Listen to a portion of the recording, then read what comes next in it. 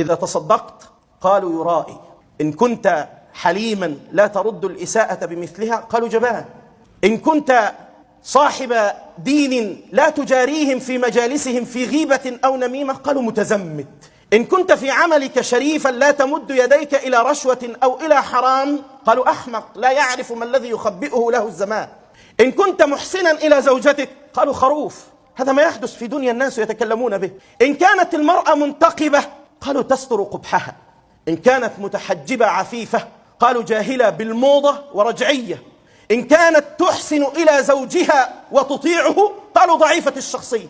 هذا هو حال الناس دائما، أصبحوا يتحدثون لا يتركون الناس في أحوالهم، كل منا يعلق عينه على ما يفعله غيره إما بالمدح وإما بالذم. اعلم أنك لن تنجو من كلام الناس. إذن الرسالة الأولى لك أن تتعلم من صنيع هذا الرجل أنه لما قيل عنه أنه تصدق على سارق قال هذا قضاء الله، الحمد لله أراد الله لي هذا، لم ينقطع عن صدقته لكنه استمر، قال في اليوم الثاني لا تصدقن بصدقة.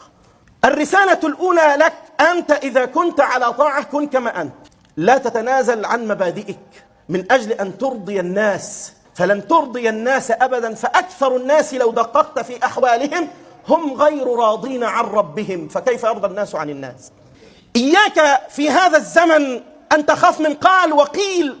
إذا كنت على حق، كنت على حق أقامك الله تبارك وتعالى في طاعة، لا تتغير وتبرر لنفسك بعدها وأنت نادم فتقول والله ما تغيرت إلا لأن الناس تغيروا، أنا كلما جلست عابوا علي وعابوا علي. لا، أنت في زمن الغربة اعلم أن النبي قال طوبى للغرباء. من هم الغرباء يا رسول الله؟ قال هم الذين يصلحون إذا فسد الناس، ونسأل الله تبارك وتعالى الصلاح.